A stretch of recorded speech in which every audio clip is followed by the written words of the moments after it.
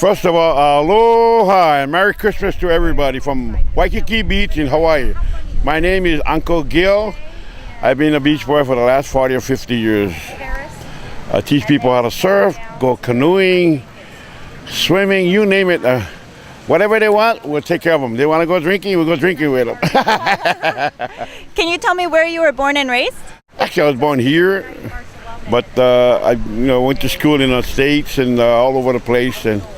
But I've been doing this for about 40, 50 years now. It keeps me in shape and you make a few bucks. And what better office than this? Beautiful. Now, is this where you learned to surf, and who taught you how to surf? Oh, the old days you teach yourself.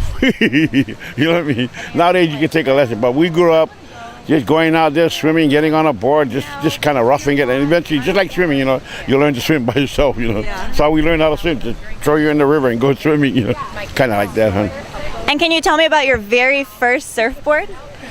My very surfboard was made by Hobie Alter, who started the Hobie surfboard, Hobie catamarans or whatever. It was a 10-foot board, fantastic, a pine stringer down the middle, very little rocker, and it was shaped by Hobie.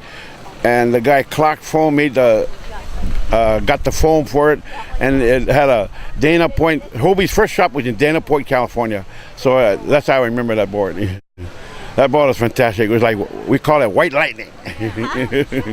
So you've been on the beach for a few years now. Do you have any recollections of Duke Kahanamoku or any of the old Beach Boys? I used to carry Duke's surfboard, me and Leroy Achoy, out of the old Outrigger Canoe Club, because those days they had those hollow boards and they're heavy, and so we used to carry them for the, he call them Uncle in the water, and stuff like that. A lot of times you do that stuff, they give you a little tip or buy you lunch or something.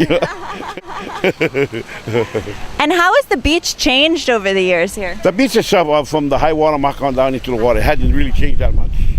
It's just the shore has changed, like different hotels, stuff like that.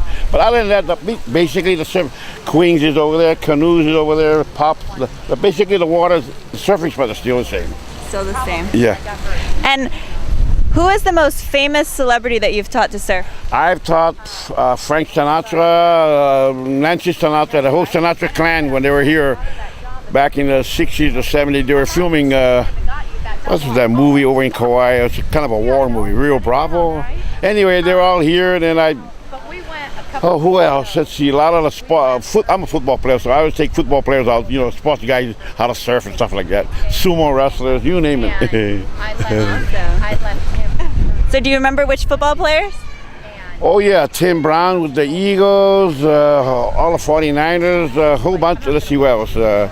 Terry Bradshaw, Don Marino, because they had the hula bowl here, remember?